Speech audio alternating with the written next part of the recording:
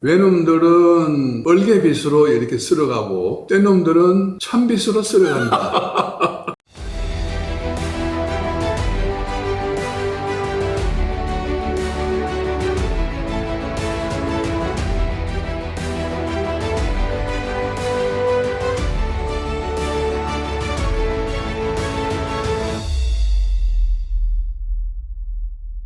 네, 안녕하세요, 이사장님. 반갑습니다. 안녕하십니까. 반갑습니다. 예. 그동안 또 잘 지내셨죠? 네네, 덕분에요. 예. 오늘은 네. 우리 지난번에 계속 선조임금 이야기를 좀 나누었는데 선조임금과 관련돼서 좀 더 궁금한 내용들이 제가 좀 더 있어서 한번 여쭈어보려고 합니다. 일단은 이제 임진왜란이 발발해서 워낙 일본이 갑자기 이 속전속결로 쳐들어 올라왔지 않습니까? 그 선조임금이 몽진까지 이제 하게 되는 상황이 됐는데 결국은 명나라의 원조를 요청을 해서 군사가 우리나라에 들어왔단 말이죠, 조선에. 그러면 선조가 명나라 황제한테 어떻게 이야기를 해가지고 군사 원조를 받게 됐으면 그 규모는 어느 정도가 되는지가 좀 궁금하더라고요. 네, 참 아주 중요한 질문입니다. 사실 우리나라 자체 병력으로는 일본 병력과 도저히 숫자적으로나 전투 능력으로나 모든 면에서 이제 역부족이기 때문에 그래서 명나라의 도움을 청한 것이지요. 처음에는 명나라 측에서 지난번 한번 이야기한 것처럼 야, 조선이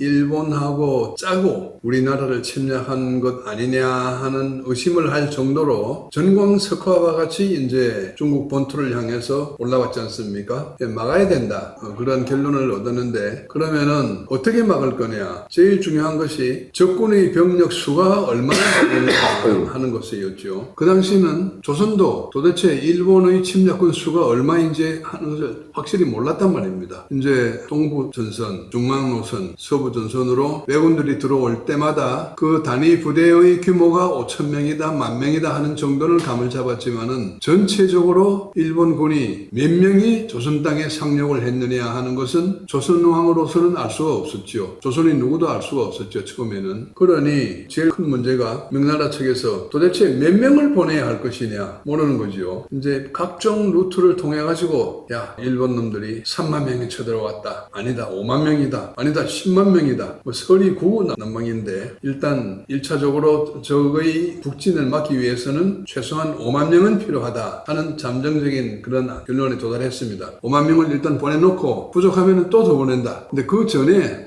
사실은 처음에는 왜군들이 빨리 쳐들어 올라오니까 일단 한번 막아보자. 그래가지고 제일 가까운 요동 땅에 있는 조승훈의 군대 5,000명을 먼저 압록강을 건너서 보냈습니다. 테스트 겸 보낸 거지요. 5,000명 정도 가지고 막을 수 있을까 없을까? 근데 지난번에 말씀드렸다시피 평양 근방에서 한 방에 날아갔지 않습니까? 아 뜨거라. 5,000명 가지고는 어림도 없다. 또 사실 그때가 명나라 측에서는 몽골군과 전쟁 중이었기 때문에 주력군을 보낼 수도 없었습니다만은 나중에 이제 그것이 평정되고 나서 야, 이게 조선 전쟁이 장난이 아니다. 우리도 전력을 다 해서 막아야 된다. 그래가지고 이제 육군 4만 명, 또 수군 저 남쪽에서 또 이제 몇천 명, 뭐 이렇게 해가지고 약 5만 명의 병력을 이제 선발해서 보냈죠. 처음에 조승훈이 5천 군데 그거는 뭐 사실 탐색전이라고 볼 수 있고 네. 제 1차적으로 보내온 군사는 1592년 말에 이여성이 이끌고 온 약 5만 명 가까운 군대 그것이 제 1진이라고 볼 수 있습니다. 그리고 나서 이제 또 뭐 2차, 3차 교대 병력들이 들어오고 하게 되었는데 어쨌든 조선 반도를 방어하기 위해 가지고 이제 최소 병력이 이제 한 5만 명 정도이다 하는 선에서 이제 계속 보충과 교대가 이루어졌죠. 그럼 선조임금이 중황제한테 군사가 필요한 이유에 대해서 절박하게 뭐 좀 이렇게 설명도 하고 잘 하신 거죠? 그래서 그게 가능했던 거죠? 네, 그렇죠. 선조임금이 그거 하나는 잘 했습니다. 첫째는 일단 자기 자신이 몽진을 나왔지 않습니까? 예. 한양을 떠나오자마자 며칠 후에 바로 왜군이 들어와서 한양을 점령했죠. 그 다음에 평양에 오자 또 그 다음 달에 또 평양으로 쫓아왔단 말입니다. 그래서 우주까지 왔으니까 우주는 어딥니까? 압록강 건너면 바로 중국이지 않습니까? 선조는 사실은 이제 그때 선조들이 땅을, 조상님들의 땅을 두고 망명을 가야 할 촌각을 다투는 그런 상황이었기 때문에 누가 뭐라고 하기 전에 자기 스스로가 아주 급하게 사신을 계속 보냈습니다. 황제께서 빨리 좀 보내주십시오. 빨리 도와주십시오. 여러 차례 하여튼 뭐 진주사 사절들 많이 보냈었지요. 자, 그러면 이제 제가 또 좀 궁금한 게 네. 임진왜란은 7년 동안 진행이 됐지 않습니까? 네. 7년 동안 진행이 됐는데 1592년하고 93년도에는 그야말로 치열한 전투가 있었고 그 다음에 이제 94년도부터 소강기였지 네, 않습니까? 네, 네. 정유질환 되기 예. 전까지 그 소강기에도 그 중국에서 왔던 그 군사들이 계속해서 주둔을 하고 있었나요? 계속 교대 병력들이 주둔하고 있었습니다. 규모도 비슷하게. 규모는 좀 줄었다가 늘었다가 우리도 사실 참 전쟁이 웃기는 게 일본군이 몇 명 쳐들어왔느냐 지금은 저희가 다 여러 가지 기록을 통해 가지고 뭐 알고 있지만 그 당시에는 도대체 몇 명이 쳐들어왔는지를 모르는 겁니다. 동로로 오는 군사, 중로로 오는 군사, 서로로 오는 군사 그 합이 얼마냐 그걸 몰랐고 또 명나라 군대가 우리를 도우러 왔는데 도대체 몇 명이 왔느냐 감히 그 당시에는 1000명이라 그랬습니다. 하늘이 보낸 황제의 군사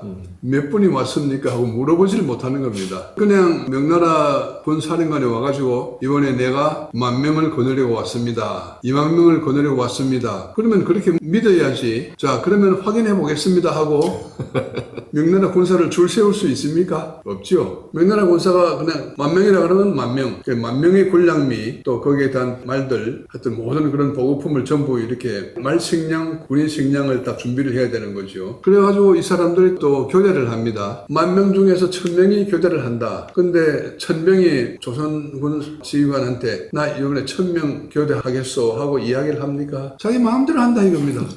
그냥 조선 측에서는 도대체 지금 계시는 병력이 몇 명입니까? 밥을 몇 인분 해야 됩니까? 이것만 할 수 있는 것이지 당신네 군사가 몇 명인지 한번 세보겠습니다. 어디서 감히 그렇게 합니까? 그러니까 중국 같은 경우에는 무협지도 그렇고 중국은 원래 좀 이렇게 뻥이 좀 있지 않습니까? 숫자와 관련돼서는 엄청 심하게. 그래서 그 당시에도 황제국이고 우리는 신하국이고 그 다음에 우리가 절박하게 해서 막 러브콜을 한 상황이라서 좀 군사 문제나 네. 수치나 이런 데 있어서는 털림없이 뻥이 좀 많았을 거다. 많았습니다. 예, 그게 확실해 보이고 그렇게 따지고 보면 아까 말씀하신 대로 뭐 말이라든지 군량미라든지 이런 것들을 그 말한 숫자만큼 뻥을 친 숫자만큼 커버를 하고 했어야 됐을 텐데 전쟁 중에도 어쨌든 원조 군사로 왔지만 우리 조선의 입장에서 보면 이래저래 좀 피를 빨리고 이렇게 했다고 봐야 되겠네요. 피를 빨린 정도가 아니고 그 당시에 유행하던 말이 있습니다. 외놈들은 얼개빗으로 이렇게 쓸어가고 떼놈들은 참빗으로 쓸어간다.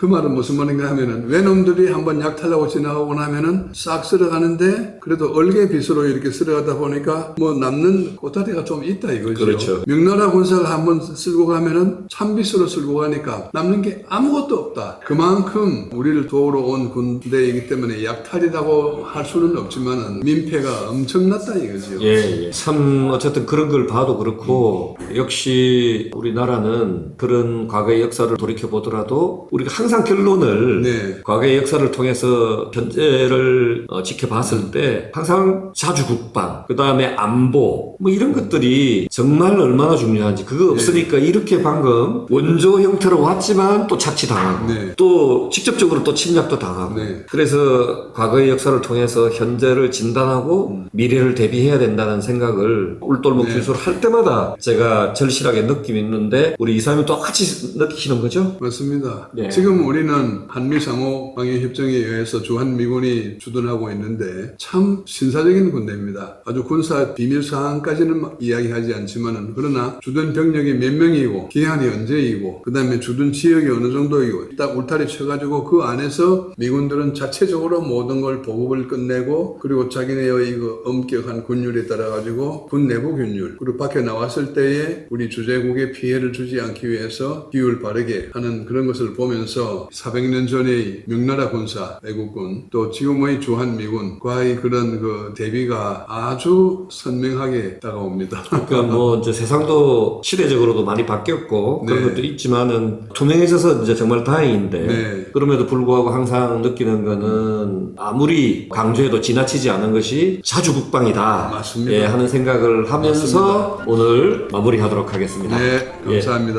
예, 감사합니다.